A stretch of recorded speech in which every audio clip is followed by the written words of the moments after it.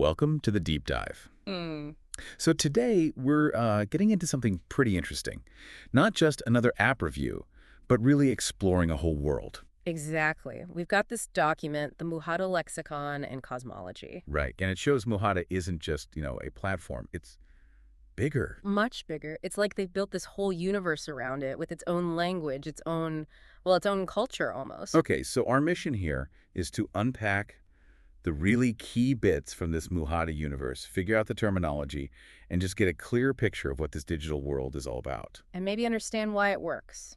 Why people get so into it. Yeah, good point. So let's start with the big picture. The Muhata Universe. Why even call it that? Seems a bit grand for, well, what looks like a fitness app on the surface. I think that's the point, though, calling it a universe or sometimes just Muhata.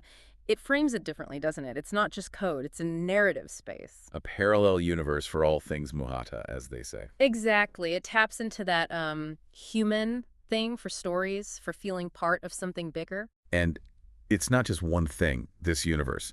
They talk about layers, like the Muhataverse. What's that specifically? Sounds very meta. Yeah.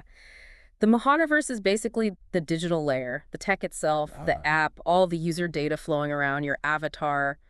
That's your digital fitness identity, right? Okay, so the code, the data, the virtual stuff. That's the one, the stuff you actually click on and interact with. Then there's a Muhatasphere. That sounds fuzzier, more social. It is. Think of it as the social energy field, maybe. It's the collective vibe Ah, okay. generated by things like the leaderboards, the competition, the chatter on social media, doing challenges together. They actually talk about wanting a global Muhatasphere. So connecting everyone through that shared energy. That seems to be the goal, yeah. Right. So Muhataverse is the tech platform, Muhatasphere is the community buzz. Makes sense. Then Muhata World. That sounds more down to earth. And it is. Muhata World just refers to all the Muhata stuff happening, here on Yeah. Earth. The real world connection point. Simple enough. But Yeah. then they throw in the planet of the Muhata. Okay, now we're leaving Earth. Yeah, this is where the storytelling really kicks in, isn't it? A faraway planet, maybe the original home of Muhata. So like a mythology. Kind of. It adds mystery, suggests a deeper origin. It expands the whole idea in your head, makes it feel bigger, more established. And along those lines, the lost city of Muhata. Now that sounds straight out of Indiana Jones. Doesn't it? And again, it's about adding lore. This idea that maybe there was an ancient Muhata center right here on Earth, like really ancient, pre-Ice Age even. Wow. Okay, so they're really layering on the narrative. Ancient history, distant planets. All for what started as a digital platform. It's quite something. It gives it roots, even if they're imagined roots. It's fascinating how much effort they've put into just the setting. Okay, we've got the map of their universe, now the language. They have their own terms. First one, Muhata, all caps. What's that? Right, Muhata. That's their virtual currency, the stuff you earn by doing the work. Like points. Yeah, but specifically tied to workout challenges, tracking progress on different body parts, that kind of thing. And it's not just for show, you use it in their shop. Oh, okay, so it has actual utility within the app. Exactly. You spend Muhata to unlock harder exercises, creates a clear loop, work out, earn Muhata, unlock more ways to work out. It rewards engagement directly. Got it. Next up, Muhata World Record. Sounds obvious, but what does it cover? Well, it's not just one thing. It's any kind of world record within their system. Could be the most Muhata earned in a day or all time. Or most reps of something. Ah, so lots of ways to hold a record. Yeah, or even the highest Muhata score from a single workout session. And they use emojis, the globe, trophy, medal to signify these records. Visual cues. Nice. And these records are kept, where was it? Mount Muhata. Mount Muhata, yeah, sounds epic, right? It's basically their virtual hall of fame, the symbolic peak where all these records are logged. Gives people something to aim for. A digital mountain to climb. I like it. Okay, then the Alotta Muhata, also in caps. This has got to be the top dog. That's the one, at least for the day. The Alotta Muhata is the official title for whoever's number one on the daily leaderboard. The daily champion. Right. The person who racked up the most Muhata that day. And the text hints there might be an all-time Alotta Muhata eventually. Ah, another long-term goal. And Mount Muhata is supposedly where these Alotta Muhatas reside, symbolically. They even suggest a link to maybe winning a future Muhata World Championship race. It keeps things competitive. Okay, let's switch gears a bit. Terms about behavior. Muhata first.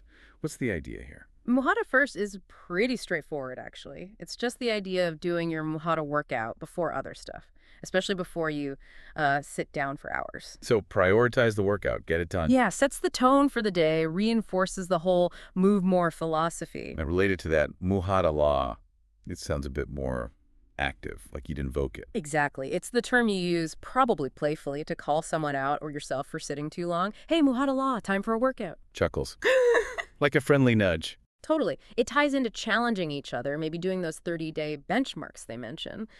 Builds that community accountability. Right. Then, on the flip side, Muhata loss. I guess this is admitting you didn't follow Muhata law. Pretty much. It's acknowledging you had a lazy day, slacked off on the Muhata routine. You might say it about yourself, or maybe tease a friend about their Muhata loss. It's naming the inactivity. Okay. And then degrees of that laziness. Laza Muhata and Muhata laza. Yeah, these are great. Laza Muhata is like you're feeling lazy about doing the workout, you're resisting. Just the initial reluctance. Right. But Muhata Laza, that's when the laziness has properly set in. You're fully committed to the couch. The solidified state, as they put it. We've all been there. Muhata laza. Okay, this next one sounds intriguing. The Book of Muhata. A secret text. Really? Yeah, this adds that touch of mystique again. It's this rumored book, supposedly written by the original Alotta Muhata, full of secrets to Muhata greatness, presumably. So more lore building. Exactly. It's Yeah. playful, gets people talking, adds depth to their world. And finally, fried chicken wings. This has to be a workout, right? Not actual food. You got it. It's just their fun internal name for lateral arm raises. Fried chicken wings. Okay. Adds a bit of personality. Definitely. It's memorable, quirky, part of their unique brand voice. So looking back at all this, Mm. the universe layers, the specific language, it's way more than just tracking reps, isn't it? Oh, absolutely. The key thing is how intentional it all feels. They've deliberately built this rich narrative world. Geography, history, language, it's all there. And that clearly fosters a community, right? Having this shared insider language, even the silly terms like Muhata laza. Exactly. It creates belonging. You're not just a user, you're like a citizen of the Muhata universe. You speak the language. And the gamification ties right into it. The Muhata currency, chasing records on Mount Muhata, wanting to be the Alotta Muhata. It all works together. The story, the language, the game mechanics, they reinforce each other to keep people engaged and feeling like part of this thing. So for you listening, understanding this stuff isn't just about knowing trivia. It kind of shows why Muhata might be so effective at keeping users hooked. It's the power of building a world. Yeah, and it makes you wonder, doesn't it? How powerful is this strategy? Creating these detailed fictional world, these internal languages. How much does that really drive engagement and community on digital platforms? That's a really interesting question. I mean, could we see more apps, more platforms trying to build this kind of immersive narrative, go beyond just features and functions? It seems possible, maybe even likely if it proves effective. It taps into something deeper than just utility. Definitely something to think about, the power of shared stories and language, even in our digital lives. Well, that brings us to the end of this deep dive into the Muhata universe. Thanks for digging into it with us.